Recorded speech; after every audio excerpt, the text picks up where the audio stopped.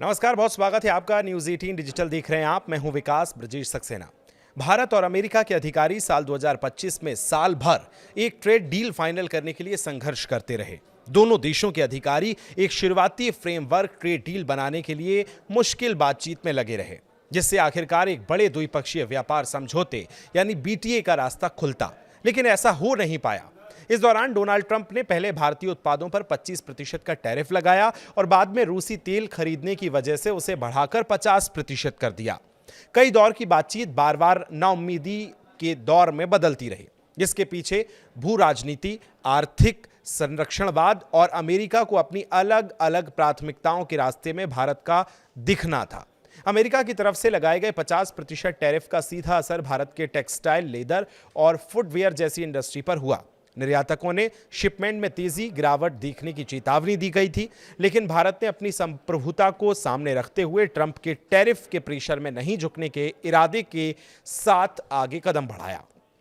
इसलिए जबकि इस महीने की 20 तारीख को डोनाल्ड ट्रंप को अमेरिकी राष्ट्रपति बने 1 साल का वक्त पूरा हो जाएगा, जो बताता है कि असल में अमेरिका चाहता ही नहीं है कि भारत के साथ कोई ट्रेड डील हो।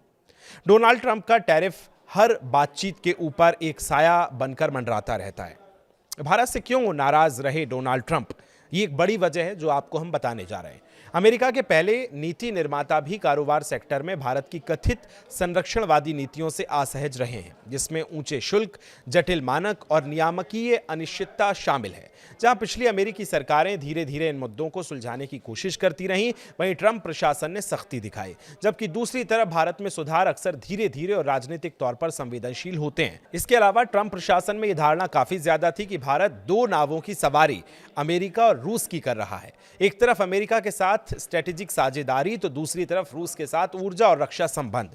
इस धारणा ने भारत अमेरिका के संबंध में विश्वास का काफी नुकसान पहुंचाया।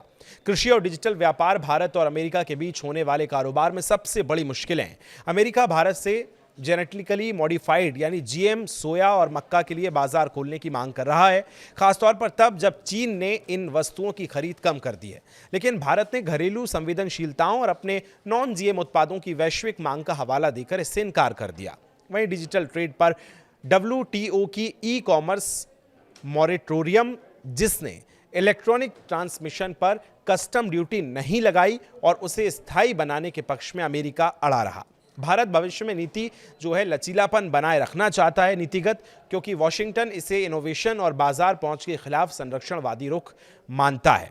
अब इस पूरी डील के पीछे आप क्या समझते हैं? अमेरिका ने जो टैरिफ लगाया उस पर आप क्या समझते हैं? और भारत ने जो टैरिफ के सामने झुकाव नहीं दिखाया उस पर आप क्या सोचते हैं? कमेंट करके हमें ज़रूर बताएं। शुक्रिया।